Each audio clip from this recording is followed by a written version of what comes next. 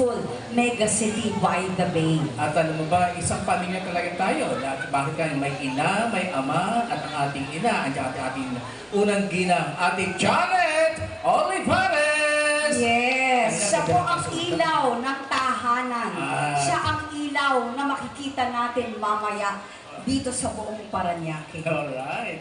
Sa parang Christmas tree lighting. Oo.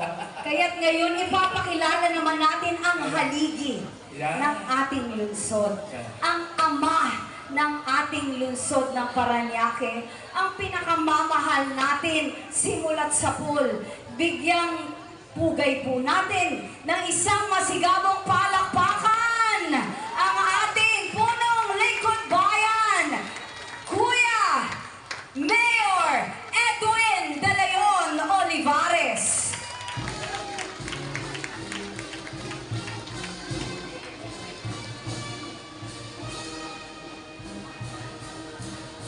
Maraming salamat, Ate Roxanne, Kuya Macho, kasi mas maganda tawagan ate at kuya, di ba?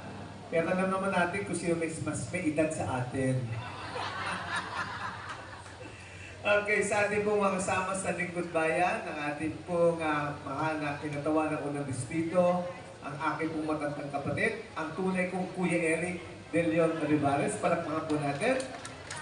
And of course, ang ating Vice Mayor Benji Bernabe, ang ating mga konsyal, palakpakan po natin ang ating mga konsyal, nandito si Rina, si Kim, si Paulo, at si Rocky. Palakpakan po natin. At siyempre po, kasama po natin ang may bahay ng ating Vice Mayor Benjos Christine at ang kanyang pong daughter na si Ava. At kapiling din po natin ang ating Auntie Janet. Palakpakan po natin ang Auntie Janet.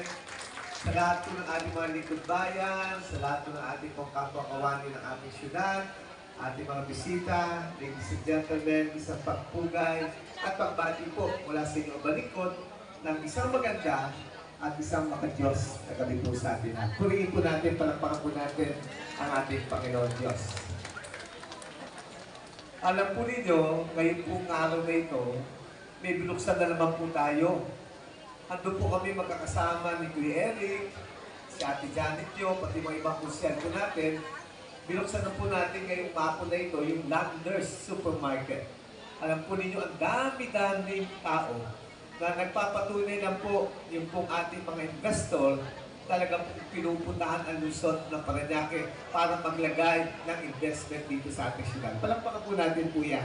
At ibig sabihin dito, it generated hundreds of jobs na naman at marami pa ho tayong mga negosyong bubuksan dito sa ating Luzon ng Parañaque. Bakit po ganun?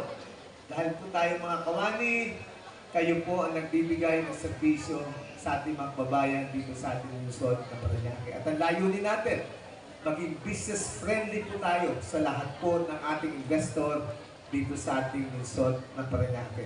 Kaya nga po, ngayon pong gabi ito na po yung signal ng ating pong Pasko for the year 2025.